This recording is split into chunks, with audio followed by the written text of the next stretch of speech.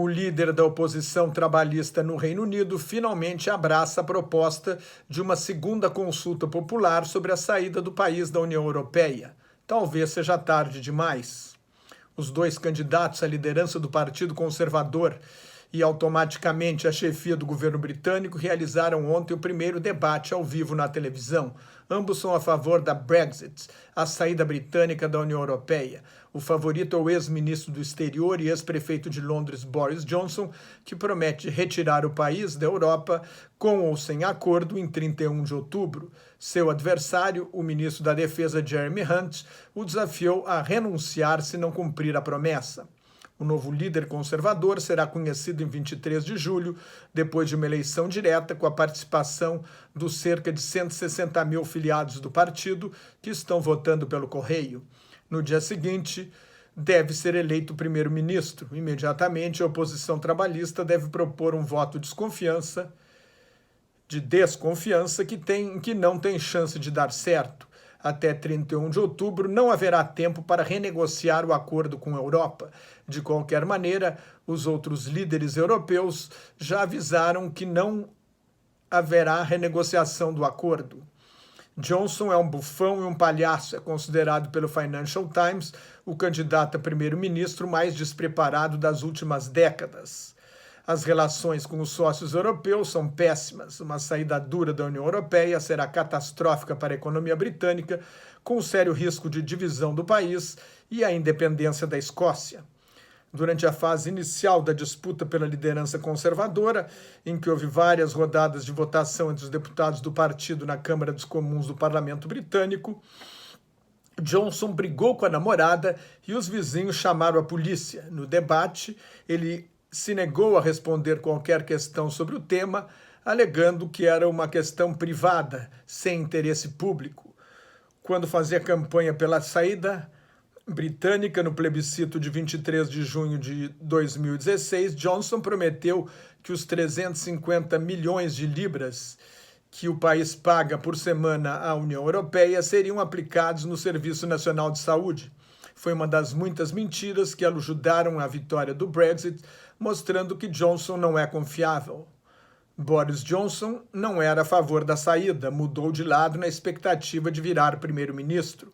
Seu ex-chefe no jornal The Daily Telegraph, Max Hastings, observou que é possível um debate se ele é um cafajeste ou apenas um trapaceiro, mas não sobre sua falência moral. Ele parece não ter outro interesse além da fama e da gratificação pessoal. Se ganhar, tudo indica que Johnson fará um governo desastroso. Jeremy Hunt promete usar o talento de negociador que afirma ter desenvolvido quando foi o ministro da Saúde a ficar mais tempo no cargo no Reino Unido. O problema é que sua administração da saúde foi desastrosa. Hunt decidiu mudar os contratos dos médicos residentes com o Serviço Nacional de Saúde para economizar, acabou com o pagamento de horas extras, apesar das longas jornadas de trabalho dos médicos residentes. Os residentes entraram em greve, o número de médicos de plantão nos fins de semana diminuiu. O risco de morrer para quem era um caso de emergência internado aos domingos passou a ser 50% maior do que casos de hospitalização numa quarta-feira. Quase houve uma greve geral dos médicos do Serviço Nacional de Saúde, que seria catastrófica. A alternativa aos dois conservadores é o líder da oposição, Jeremy Corbyn, um radical de esquerda e antissemita. Sob pressão dos sindicatos, nesta semana, Corbyn decidiu que o Partido Trabalhista vai lutar por uma segunda consulta popular, um referendo para dar aprovação final à relação do Reino Unido com a Europa e fazer campanha para ficar na União Europeia. Mesmo dentro do trabalhismo, não há consenso em torno disso. Os sindicatos deixaram aberta a possibilidade de apoiar a saída da União Europeia, ou seja, repudiam uma Brexit conduzida pelo Partido Conservador, mas aceitam uma Brexit trabalhista se o partido ganhar as próximas eleições, embora na prática seja a mesma coisa. Como radical de esquerda, Corbyn sempre viu a União Europeia e o mercado comum europeu como com a suspeita de que é um clube capitalista. Fora da Europa, ele acredita que teria mais liberdade para aplicar suas propostas radicais, mas a longa hesitação torna improvável a convocação de uma segunda consulta popular. Com o caos atual na política britânica, a hipótese não deve ser descartada. A divisão em torno da Europa fratura os dois partidos tradicionais. O ministro das Finanças do governo conservador, Philip Hammond, trabalha ativamente contra a saída da União Europeia, o principal mercado para exportações e importações do Reino Unido.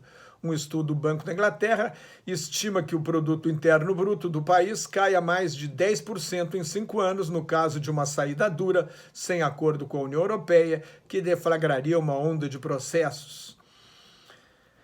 O rombo nas finanças públicas poderia chegar a 90 bilhões de libras, mais de 400 bilhões de reais. Com a ameaça de uma saída dura, a economia britânica está estagnada desde o fim do ano passado. A construção civil teve o pior resultado em 10 anos e a indústria manufatureira sofreu a maior queda em 6 anos. Não foi à toa que o eleitorado puniu os dois grandes partidos do Reino Unido nas eleições para o Parlamento Europeu em 23 de maio. Os trabalhistas ficaram em terceiro lugar e os conservadores em quinto, atrás também do Partido Verde. Ganharam o partido da Brexit, chefiado pelo neofascista Nigel Farage, ex-líder do Partido da Independência do Reino Unido, um dos principais defensores do divórcio com a Europa. Em segundo lugar, ficou o Partido Liberal Democrata, maior defensor da permanência na União Europeia. As pesquisas indicam que Boris Johnson será eleito líder conservador com 2/3 dos votos. Se ele tentar aprovar uma saída dura da União Europeia, é provável que a Câmara dos Comuns o impeça. Isso dividiria o Partido Conservador e provavelmente levaria à convocação de eleições antecipadas, em que o Partido Trabalhista é franco favorito.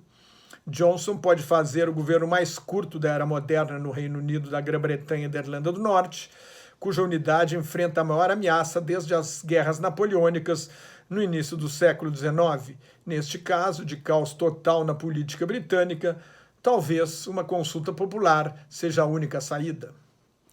Mais notas e comentários sobre política internacional no meu blog Globalização em Crise, que está em nelsonfrancojobim.blogspot.com, no meu Twitter e no Facebook. Muito obrigado.